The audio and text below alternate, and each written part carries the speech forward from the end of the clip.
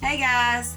Okay, so I've got a brand new cold case for you, and this one comes out of Lewiston, Clarkson. This is a metropolitan area in Idaho. And this is a really messed up case. I mean, seriously, I have researched and researched because this one has absolutely blown my mind. But, so what I'm going to do is I'm going to tell you like the known facts. Then I'm going to tell you what I uncovered during my research. Okay, and that is pretty good. And then I'm going to give you some of my theories on it. Okay, so just kind of stay with me here. So from 1979 to 1982, we had 5 disappearances in this town. Okay. Now, it started out on April 28th, 1979. We have a little girl. She's 12 years old. She's at a friend's house, and she calls her mom, and she says, "Mom, I don't feel good. I want to come home." And her mom says, "Well, I'll be watching for you." And she gets on her bicycle, and she is never seen again. Okay, and not only was she never located, but her bicycle has never been found either. So the police, they automatically feel like they're dealing with somebody who has obviously done this before. And they feel this way because there was no mistakes made. There was none. There was no crime scene. There was no evidence. This was too clean.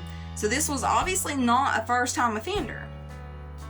Now, it kind of goes quiet. And then on June 26, 1981, we have Kristen David, who is 22 years old, and she is on her way to work. She is also on a bicycle. She's going down a well-traveled road, and she never arrives.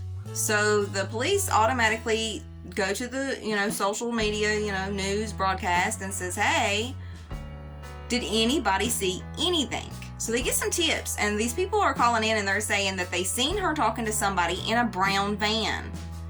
But there was nothing malicious about it, so nobody paid attention to the driver. It seemed like a normal encounter. Was this person involved in it? We don't know. You can only speculate. However, her bicycle was left behind, so she was obviously taken into a vehicle or something. Now, on July 4th, her remains were found. They were found in Snake River, and she had been dismembered.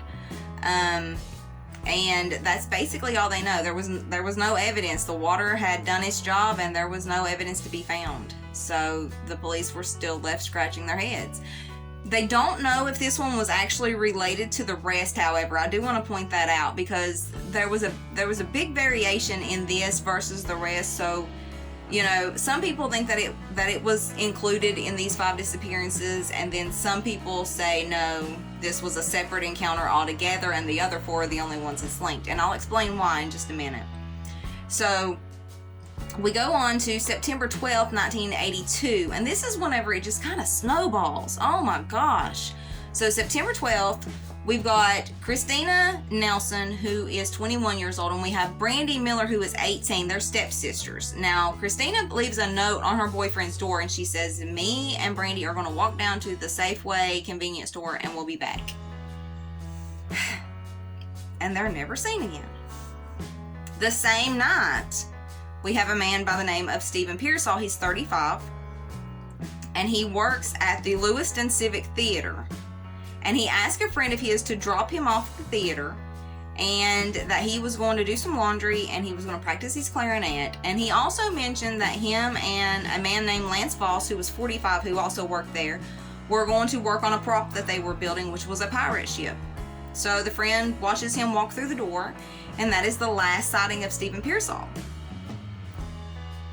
Police are just kind of left scratching their heads. We've got 3 disappearances in one day. They all have to be related somehow. So the police start thinking about this, and they realize that Christina Nelson and Brandy Miller would have had to pass the Civic Theater to get to the Safeway. And they also uncovered the fact that both of these girls had previously worked at the Civic Theater with Stephen Pearsall and Lance Voss. So the police go to Lance Voss and they say, "What did you hear? What did you see?" And he says, "Well, I went to bed early. I would have been already asleep before he got here. And I woke up about 4 o'clock in the morning. I didn't hear or see anything." So the police look around and they're not really finding anything. Like, there's nothing to say that anything's amiss here. So they're just kind of forced to walk away from this. Now, we go on to 1984, and in 1984, there's a teenage boy, and he is about 35 miles away from Lewiston, Clarkson area, and he's just picking up soda cans at the side of the road, and a wind comes in and blows his hat down a embankment. I'm sorry.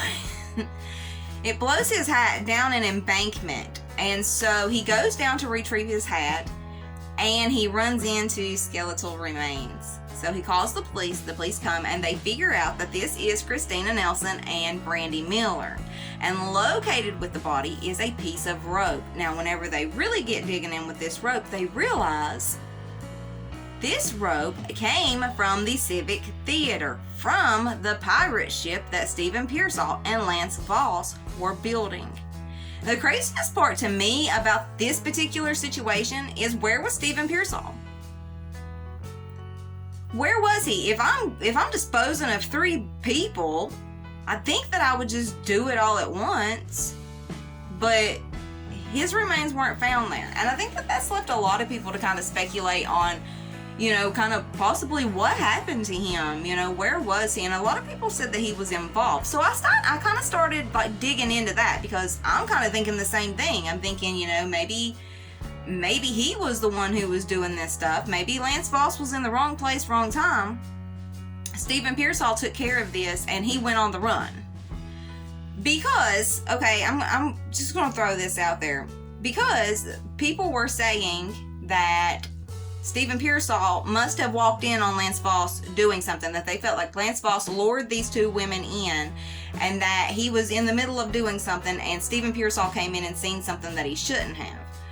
My problem with that is Stephen Pearsall was a lot bigger than Lance Voss, and so it just kind of doesn't make much sense to me. If he was going to incapacitate him, you would think that he would have had to have used some sort of weapon, and there was no physical evidence at the Civic Theater. So it's kind of left me kind of scratching my head on that one. But I will say this, I did look into Stephen Pearsall, and he left his clarinet behind. Now, everybody that they've spoken to says that's not like him. He would never, ever just walk away from his clarinet.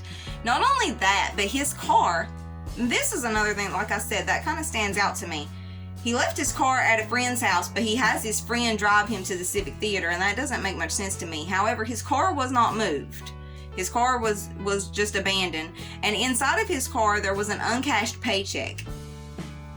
So that kind of leads me to believe that, yeah, he's probably not involved in this in any way. He probably met his end that day.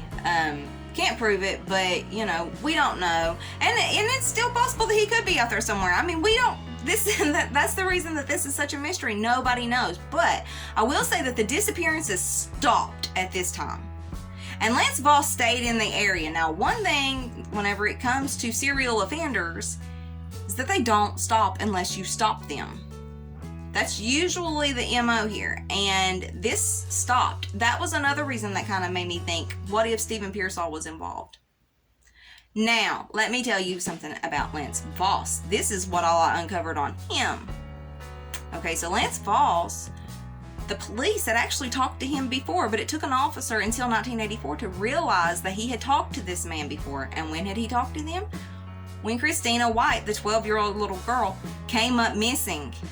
Okay, he had talked to him then. He had put himself into the investigation and said, I want to help because I was at her house earlier. I'm a friend of the family. Kind of strange. It's kind of strange. So now they can tie him to 4 of these cases. He knew Christina White for sure. He knew Christina Nelson, he knew Brandy Miller, and he knew Stephen Pearsall. And they honestly believe that all 3 of the final victims ended up in that Civic Theater building. So this made me really want to dig into Lance Voss a bit more. So what I uncovered was that on August 1st of 1963, okay, there is a little girl by the name of Diane Taylor, and she is only 8 years old. She's going to a youth counseling group, youth camp, however you want to say it, and she goes to leave one day, and she asks her camp counselor to unwrap her sucker for her and that she's going to go home. So he does, and she leaves down an alley, and she's never seen again. Now, here's the crazy part about that. Who was her counselor? Lance Voss. There was a witness who said that they seen a teenage boy run out of the alley later on. Now, Lance Voss was only 18 at this time. Police interviewed over 150 students from this school, including Lance Voss, but nothing was ever related. Now, her body was found on August 3rd, okay? And I don't want to get into any details about that, but she was found deceased. Now, then in 1965 to 1969, so from the time he was 20 until he was 24, he was in the Navy. So, you know, you kind of want to think, you know, maybe he's the good guy, you know what I mean? Maybe he was seriously in the wrong place at the wrong time. It's happened before, it's possible. But then we go on to 1972, and this is where it kind of takes a weird twist. They arrest Lance Voss for breaking into a mortuary with a flashlight and a knife. They don't know what he was doing. He never explained what he was doing in there, but there was only one person in the mortuary that night, and it was the body of a woman named Antoinette. So they don't know what he was doing in there. You know, it's a bit bizarre. But so that's kind of the story of Lance Voss. Now, me personally, I like to be objective about this. I don't like to just like focus in. I will say this: a lot of times police get tunnel vision, and because one suspect looks so great, they don't really pay attention to the other people that's around. So is that a possibility here? It could be. It could be, and I'm not saying that it is. I mean, I promise I'm not saying that it is, but I mean, it's possible. We've had people like this before. We've had people who has been arrested and charged with stuff, and then it's come out that they didn't have anything to do with it, even though they looked like the perfect suspect. So is it possible? I mean, it is. It's highly possible that because of what had happened in his past and him being interviewed about the other little girl, that whenever they started looking into people in 1982, that they just kind of centered in on him and was like, it has to be him, you know. It could be, it may not be, but he stayed in that area and all the offenses stopped. So it just, I don't know. It makes me wonder. I don't know. I really don't know I don't know what to think here. This is a really messed up case, and I feel like there's only two people who really know the truth here, just in my opinion, just because of all of the evidence and everything that goes with it. I feel like there's only two people who know the truth, and that's Stephen Pearsall and Lance Voss. And unless Stephen Pearsall is ever located and, you know, somebody finds his remains or anything like that, we're never really going to know the truth. And police, they don't have enough physical evidence to move forward here. They have circumstantial. Everything is circumstantial. You can't tie Lance Voss to anything. So it really makes you wonder what was going on here. I'd like to hear y'all's opinions on this case. Have a good day.